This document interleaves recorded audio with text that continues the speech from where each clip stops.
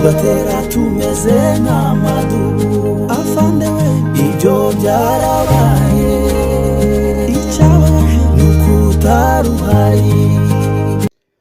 Twongeye kubasuhuza abakunzi bacu ba Tuzarutsinda TV, umugoroba mwiza, abandi igitondo ciza, abandi gicamunsi ciza, bitewe n'aho muherereye ku migabane itandukanye y'isi. Twongeye kubarakira amakuru yacu uyu munsi tw'itariki 17 z'ukwezi kwa 10 umwaka wa 2025. Niba mwanya mwiza ni amasaha y'ijoro yo gusesengura hamwe tukareba uko umutekano wifashe mu karere. Cyo twagusana uko akora subscribe utarayikora kandi tuzochikora mu kutu tuganira umunsi ku wundi.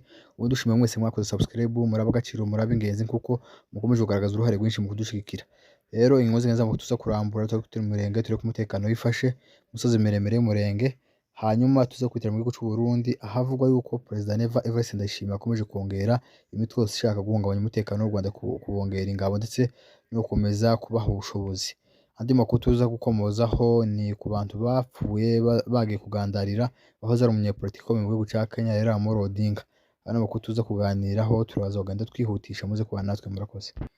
Uyu munsi umusozi miremire y'Umurenge hiriwe neza na amahoro. Abo twavuganye imboni zacu twavuganye ziri mu musozi miremire y'Umurenge nuko umutekano ari wose. Hakomeje kugaragara abarundi bakomeje kugenda basatira amakaya twigwaneho, twavuga za Mikenke kuri Nyamara na za Kigazura n'ahandi hatandukanye.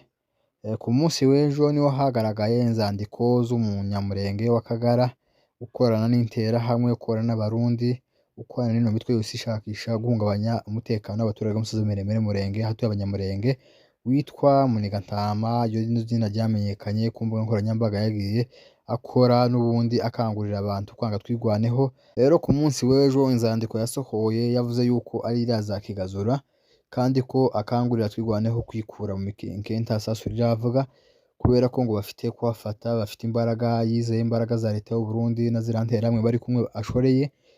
Akangurira twigwaneho guhita bava mu Mikenke vuba na bwangwe atarakubita isasu, atararasa.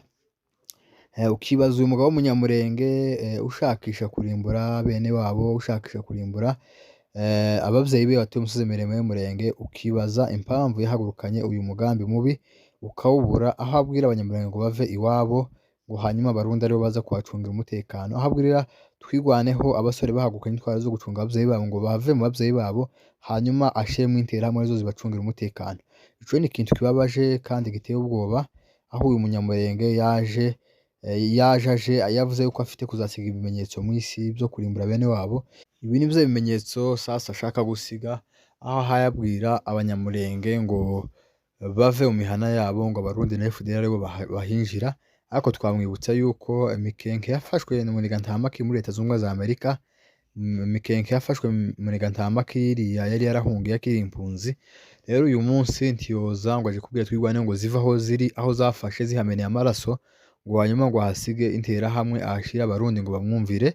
Ahubwo nje ico nakwifuza nico namusabira agenda zinjire ku mirongo y'urugamba, yinjira indani muri advance pata, yumva isasu ry'abasore barakaye, yumve isasu ry'abasore bagwanira iwabo ku butaka bwa basekuru.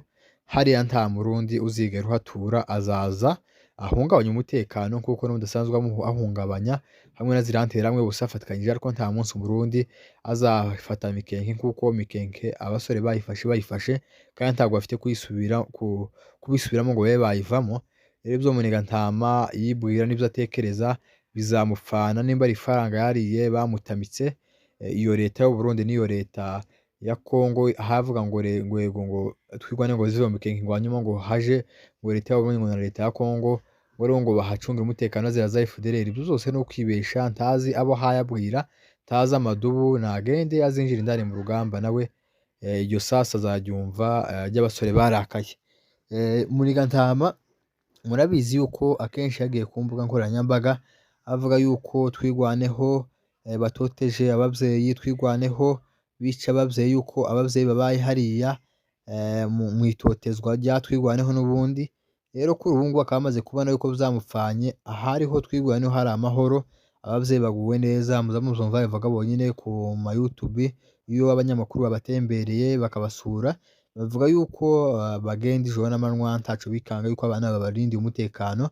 Murabizi ca gihe FARDC ikiri mu madengu ko abantu bicwaga igitondo n'umugoroba, ariko kuri ubu ngubu Umunigantama akaba ari we ashakisha kandi gusaka kandi kuzana mu bavyeyi kugira batangire kandi bice abana n'abagore nkuko bagiye babatemagura mwagiye mubibona, ariko kuri ubu ngubu twirwaneho nayo yaripanze ntiryamye, iri maso ivyo Umunigantama yikangisha avuga yuko ashoreye leta zibiri, afite leta zibiri ashoreye, ashoreye na ziriya nterahamwe.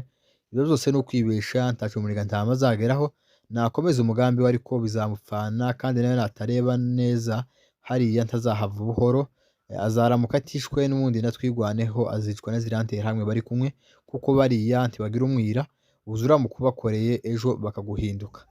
Naha mu gihugu c'u Burundi hakomeje kugaragara akajagari kenshi. Uyu munsi habonetse imodoka batwitse baziza yuko ngo ifite plaque z'u Rwanda, ukibaza nimba nta modoka y'ikindi gihugu zija mu kindi gihugu, ni ibisanzwe. Ariko ivyo vyose ni ibigaragaza yuko FDLR zuzuye mu Burundi. Hari amakuru twafashe mu gitondo yuko hari FDLR nyinshi zagiye mu Burundi kugira ngo zifate indi myitozo ihagije, hanyuma babahuze n'undi mutwe urwanya u Rwanda witwa FRN na FDLR na CNDD-FDD. Hanyuma iyo mitwe yose bayongereye izindi ngabo, ubundi bushobozi. Igisirikare c'u Burundi Perezida Evariste Ndayishimiye yabongereye izindi imbonerakure 400 zari zivuye mu myitozo kugira ngo bakomeze bashakire u Rwanda umuti, barase u Rwanda baruhungabanye. Ariko ibi vyose Ndayishimiye akora ni umwuka mubi akomeje kuzana ku gihugu c'u Burundi, kuko igihugu c'u Burundi naco kiri mu mazi abiri. Ubu ngubu imitwe yose ishakisha kurwanya u Rwanda, ishakisha kurwanya Abanyamulenge, ishakisha kurwanya Abatutsi, ishakisha kurwanya abantu bose, kirakorerwa mu Burundi, niho ikomeje guhabwa imbaraga bayitozereza mu Burundi. Ndayishimiye yafashe iyo mitwe maze kubabwira SRN, FDLR, CNDD-FDD, abongera izindi mbonerakure nyinshi zirenga 400 zivuye mu myitozo kugira ngo bazahungabanye umutekano w'u Rwanda. Ariko u Burundi bwonyene ko burishira mu muriro, ko burishira mu mazi abiri, ibi bakora bizabagaruka kuko bariya ahabikorera ni abagabo bamaze imyaka mu ntambara, batazareberera gusa, kuko bazashiraho ubwirinzi kandi ubwo bwirinzi bazabushira hafi cyane n'igihugu c'u Burundi kugira ngo barinde umutekano, kuko u Rwanda ruvuga yuko u Rwanda ruto rudafite ifasi yo kurwaniramo. Rero abo bose bakomeje guhabwa imyitozo bayihererwa mu gihugu c'u Burundi, ibi vyose bishobora kuzagaruka iki gihugu c'u Burundi kuko gikomeje kwishira conyine mu muriro. Niyo makuru ahari nuko Evariste Ndayishimiye akomeje guheza abashakisha guhungabanya umutekano w'u Rwanda, baheza izindi mbaraga. Naho i Nairobi uyu mugabo wapfuye ni umuntu wari ukomeye cyane muri kino gihugu. Ikintu gusa yabuze kuyobora, ntiyagize uwo mugisha, ariko yiyamamaje manda 5 atahatambuka. Ariko kubijanye n'abaturage yabafitega abaturage benshi ndetse kurenza abandi bantu bose, abandi baperezida bose biyamamaza, ariko ni nk'abatamushakaga iri hejuru mu butegetsi. Urebye n'abaturage bitabiriye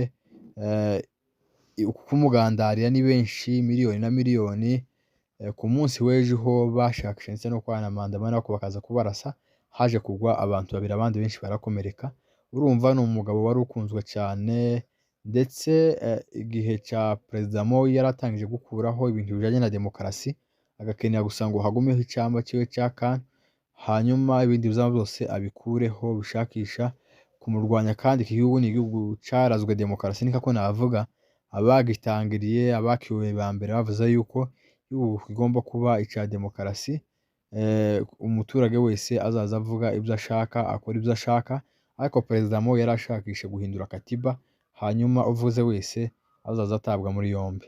Rero uyu mugabo arabigwanya cyane, akura ibyo byemezo Perezida Moi yari yarafashe, ahindura katiba. Amaze guhindura katiba ndetse baranamufunze cyane iminsi myinshi, bamufunze imyaka 6, urasa baramufunga, sa kandi bamufunga amezi, sa kandi baramufungura, sa kandi baramufunga. Ariko kugeza akuyeho kiriya cyemezo cya Perezida Moi cyo kugira ngo arangize demokarasi. Urumva uyu mugabo niwe wazanye demokarasi yose mubona iri muri Kenya. Umuturage wese akora ibyo ashaka, avuga ibyo yumva. Niyo mpamvu abaturage bamukundaga kandi yavuganiraga abaturage. Nko mu gihe ibintu byapandaga mu gihugu, yari afite ubushobozi bwo kuvuga ngo uyu munsi nta kazi gakorwa, tuje mu muhanda tuje kwigaragambya, kandi bigakorwa, kandi byamaze gukorwa bikavamo umusaruro. Rero abaturage bari bitabiriye ku bwinshi, miliyoni na miliyoni, mwagiye mubona mu mashusho. ariko n'ubundi igisirikare cyangwa se igipolisi cyaje kubarasa kubera ko bari batangije ibintu bisa no kwigaragambya. Aya rero amakuru avuga mu karere, mukomeze muhane natwe, mukomeze mudushigikire, mwari kumwe na Pacifique Kamunage Uganda ibagaza amakuru y'akarere. Igitambo cyose gisabwa tuzagitanga, ariko tubeho urugamba tuzarutsinda. Twarakeye nuko ngera kwirondoho, basanga abasore nirwanaho, baraberewe bafite murare, nuko urugamba